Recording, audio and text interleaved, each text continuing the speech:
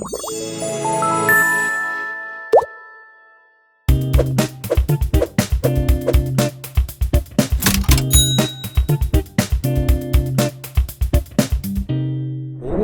시니어분들의 자리 잡는 그날까지. 여러분, 저희 자리 잡자 영상의 조회수가 가장 높은 영상 중에 하나가 이 개인 택시입니다. 그만큼 우리 퇴직하신 분들이 이 개인 택시 관심이 많으시죠.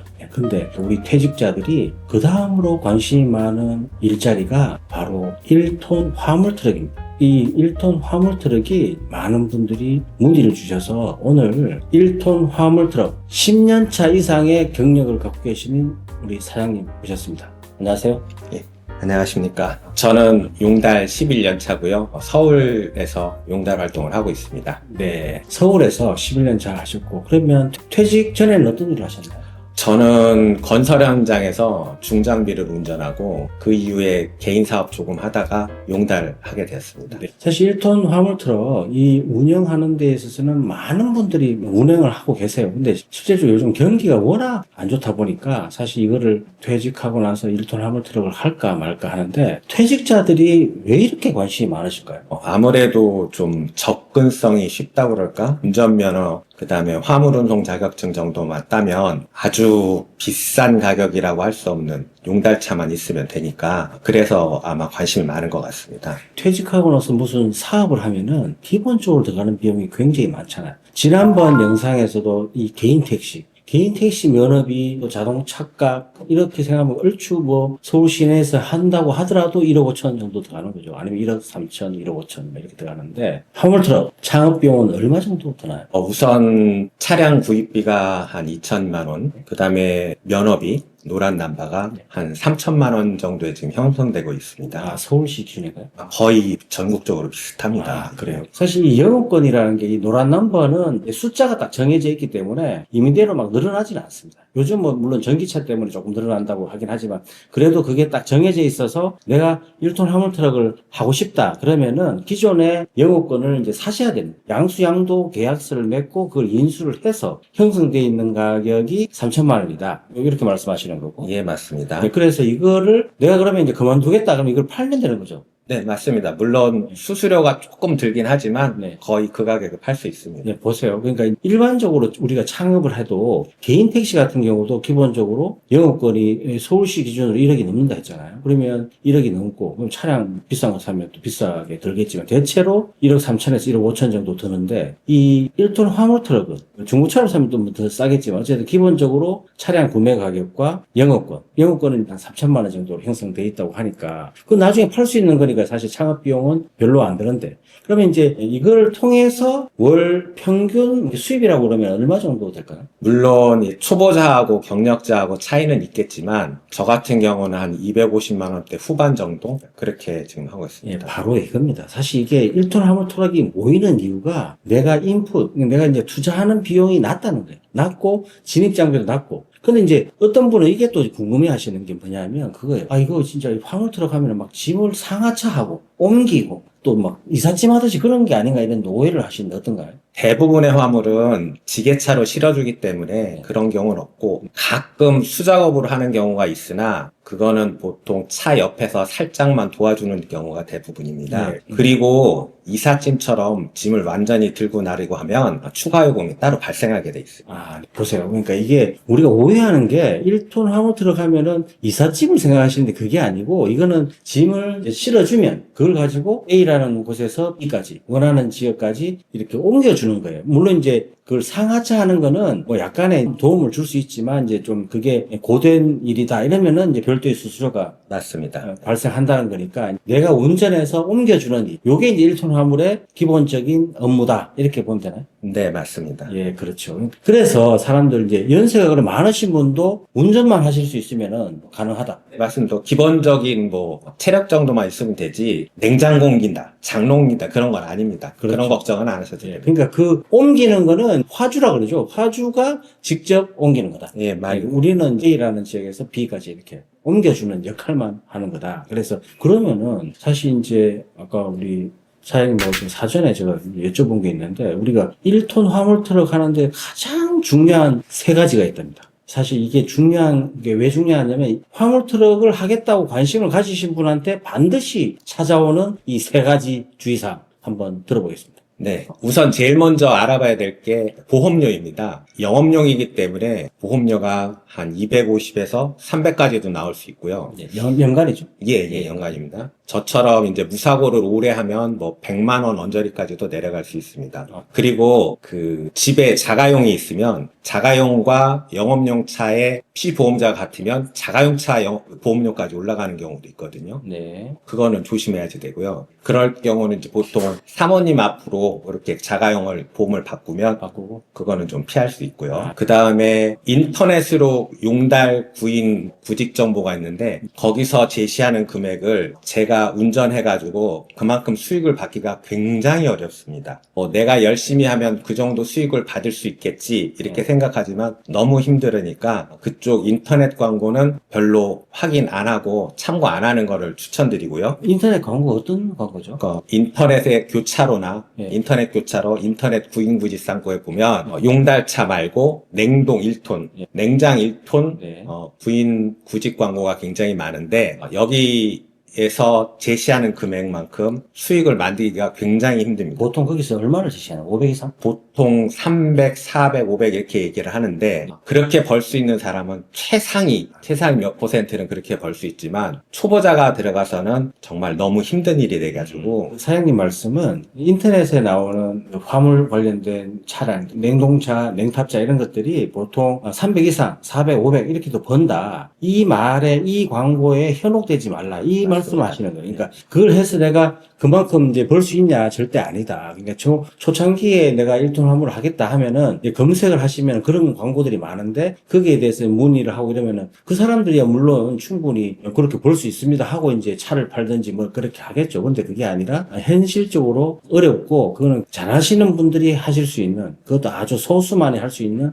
그런 금액이다. 이 말씀이죠. 예, 맞습니다. 세 번째. 세 번째는 또 요즘도 많이 나오는데 지입이라는 제도가 있습니다. 정확한 거는 모르겠으나 일거리를 따서 그 차량에 프리미엄을 붙여가지고 이 차를 가지고 있으면 대기업에서 일자리를 항상 받게 해주겠다. 일거리를.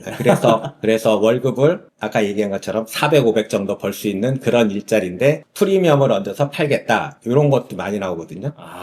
요거 진짜 요거는 잘 썼겠다. 요게 뭐냐면은 이런 얘기예요. 그러니까 1톤 화물 트럭 하려고 해. 근데 차량을 누군가가 이 차는 거래처들이 많이 확보돼 있고 일반 기본적인 평균적인 일거리들을 갖고 있는 트럭이다. 그렇게 해서 프리미엄 붙인다. 맞습니다. 그거는 말이 안 되는 소리다 이겁니다. 그러니까 이게 사실 중요하게 생각하는 게 사실 쉽잖아요. 내가 이 1톤 트럭을 가지고 있으면 여기에서 붙어 있는 거래처 화물들이 많다. 그러니까 이거는 프리미엄 붙여서 이렇게 팔겠다. 그러면 내가 기본적인 일자리가 보장이 되네? 하면서 이걸 구매할 수 있는데 이거는 절대 아니다. 이 말씀이시죠? 네, 맞습니다. 굉장히 중요한 것 같아요. 그러니까 1톤 화물 트럭 하면서 이런 세 가지 있죠? 이 세 가지 지금 말씀하신 세 가지를 주의하셔서 그만큼 시작할 때 제가 늘 말씀드리지만은 뭔가 있잖아요. 내가 뭔가 이렇게 퇴직하고 새로운 일자리를 잡으려고 할 때 쉽게 가려고 하지 마세요. 쉽게 가려고 하는 그 자체가 딱 그냥 쏟기 쉽다. 이렇게 늘 말씀드리지만 쉽게 가는 것보다 내가 이제 다리품을 팔아서 완벽한 정보들이 있죠. 그런 데다가 또 전문가들한테 또 물어보고 또 확인하고 이런 것을 거쳐서 해야지 내 생각으로 이게 괜찮겠다 좋겠다 이렇게 생각해서 가시면은 굉장히 큰 낭패를 겪는다 이 말씀을 드리는 겁니다. 그죠? 예, 맞습니다. 그러니까 사실 아까 이제 자격 얘기 다시 돌아가서 1톤 화물 트럭 하려면은 화물 운송 자격증 증명서 그걸 따기 위해서 필기 시험하고 적성 검사를 받으시면 제가 이제 우리 사장님 요런 이제 자격증을 이제 받으시게 되는 거예요. 요거 받으시고 그다음에 요걸 가지고 시군구청에다 신고를 하면 노란 남바를 살 수가 있는 거예요. 그게 이제 갖고 있어야 실질적으로 이 노란 남바 말고 하시는 분들은 그냥 그건 불법입니다. 그러니까 노란 남바가 아닌 그 화물차들이 많잖아요. 근데 예. 거기에 짐이 올려 있는 거는 자기 개인 건가요? 그 회사에서 쓰는 차는 회사 차량이기 때문에 상관이 없고 네. 뭐 개인이 쓰시더라도 공사장에 내 장비를 싣고 가거나 네. 내 물건을 싣고 가는 건 상관없는데 네네. 돈을 받으면 유상 운전을 하면 문제가 있어요. 이것도 굉장히 중요한데 이 화물 트럭 그러니까 영업용 화물은 노란 넘버를 가지고 해야지 이 수입 활동을 할 수 있는 거지. 그냥 화물차를 가지고 내가 돈을 받는 행위를 한다. 이건 불법이죠. 예, 맞습니다. 어떻게 됩니까? 이거? 걸리면. 이거는 저 자가용 유상 운전 행위라고 해서 징역 1년 이하 또는 벌금 1,000만 원 이하 굉장히 이거는 셉니다. 예, 그거는 절대적으로 하시면 안 돼요. 그러니까 이제 이게 사실 우리 택시도 보호가 되잖아요. 택시에 대한 영업권에 대한 보호가 있는데 내가 돈을 받고 다른 사람 옮겨주면 그게 불법이듯이 1톤 화물 트럭도 마찬가지라는 거죠. 그러면은 하고 싶기는 한데 내가 어떻게 이걸 이제 먼저 영업을 시작하고 어떻게 하면 되는지를 많은 분들이 이제 물어보시는데 제가 이렇게 알아본 거는 제일 큰 게 요즘 이제 대리운전도 마찬가지인데 대리운전 하면은 콜을 받잖아요. 뭐 배달 앱 쓰든지 똑같은 뭐 대리운전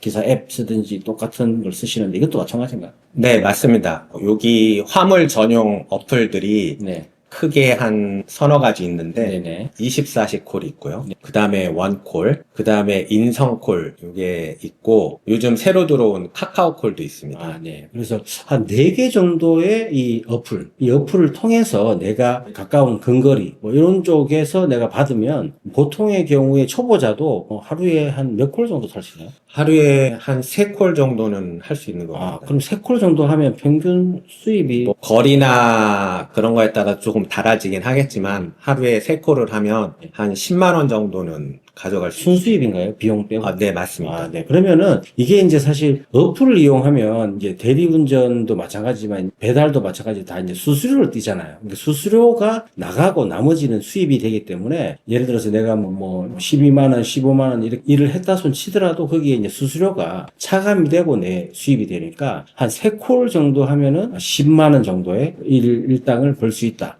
그리고 보통 평균적으로 그럼 초보자들이 아주 힘들지 않게 내가 그렇게 한다면 평균적으로 한 3콜 정도는 이상을 해야 되는 거죠. 네, 맞습니다. 3콜 정도 이상을 하고 그러면 월로 따지면 한 며칠 정도 주말도 하나요? 월로 따지면 주 5일 근무 예상하시고 그러면 20일 정도 근무하시니까 예. 200만 원이나 뭐 거기서 왔다 갔다 할 정도 되겠네요. 괜찮네. 200만 원 괜찮네. 그리고 이게 사실 이제 이삿짐이나 이런 거에 대한 부담이 없으면 한번 해보고 싶은 마음이 드는데요. 그럼 우리 사장님께서도 지금 이제 11년 차신데 사실 이거를 그 전에 중장비도 많이 하시고 하셨는데 어떠세요, 이게? 초보자들한테? 육체적인 부담은 솔직히 별로 없어요. 아, 그래요? 예, 그리고 이삿짐처럼 이렇게 짐을 손수 나르는 거는 따로 추가 비용이 있거나 네. 아예 이삿짐으로 따로 나오게 돼 있어요. 그래서 뭐 체력적인 것이나 뭐 짐을 나르는 걱정 같은 거는 크게 안 하셔도 될 것 같습니다. 예, 그러면은 사실 이게 퇴직하고 나서 약간 내가 체력적으로 좀 튼튼하시다 그러면은 뭐 조금 더